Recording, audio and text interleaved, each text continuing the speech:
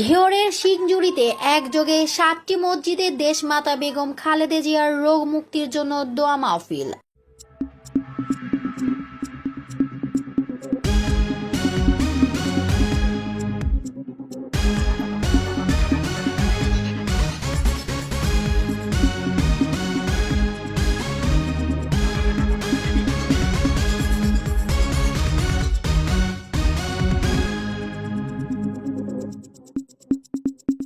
আল মামুন, মানিকগঞ্জ প্রতিনিধি।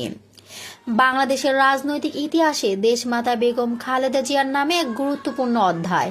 তিনি শুধু একজন রাজনৈতিক নেত্রী নন, বরং দীর্ঘ সংগ্রাম ও ত্যাগের মধ্য দিয়ে গণতন্ত্র, স্বাধীনতা ও মানুষের ভোটাধিকার রক্ষার প্রতীক হিসেবে পরিচিত।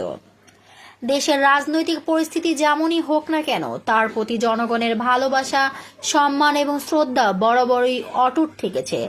বর্তমানে গুরুতর অসুস্থ অবস্থায় থাকা দেশমাতা বেগম খালেদা জিয়ার সুস্থতা কামনায় দেশব্যাপী হাজারো মসজিদে জুম্মার নামাজ শেষে দোয়া মাহফিল অনুষ্ঠিত হচ্ছে।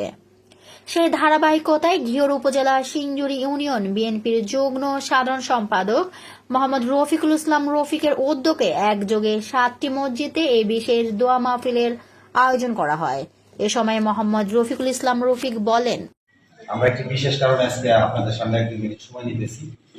সেটা হচ্ছে আমাদের বিএনপির চেয়ারপারসন দেশমাতা বেগম খালেদা জিয়া, উনি ভীষণ অসুস্থ। ওনার রোগ মুক্তি কামনায় এই ৭ নং ওয়ার্ডের ৭টি মসজিদ আছে, একযোগে আমরা দোয়া মাহফিল আয়োজন করছি। এই উপলক্ষে রোগ মুক্তি কামনায় আপনার কাছে মোনাজাত আহ্বান করছি, হুজুরের কাছে, আপনাদের কাছে, সকলের কাছে। আর মানিকগঞ্জ ১ আসনে দানের শীষে প্রার্থী এসে জিন্না করিবার জন্য বিশেষ মোনাজাত কামনা করছি।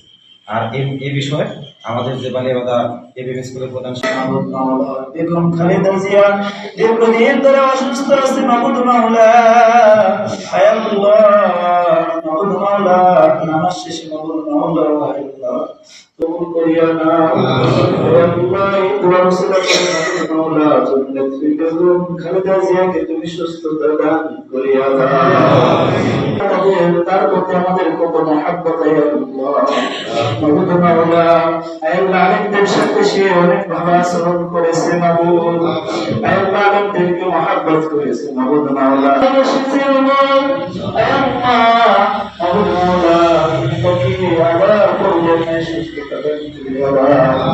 মাহমুদ মাওলা, হায় আল্লাহ, পরিপূর্ণ সুস্থতা দান করিয়া দাও।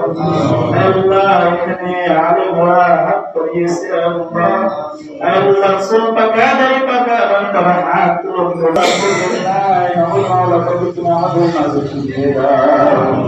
আল্লাহ, বিশেষ করে আমাদের জিন্দেগির গুনাহ মাফ করিয়া দাও।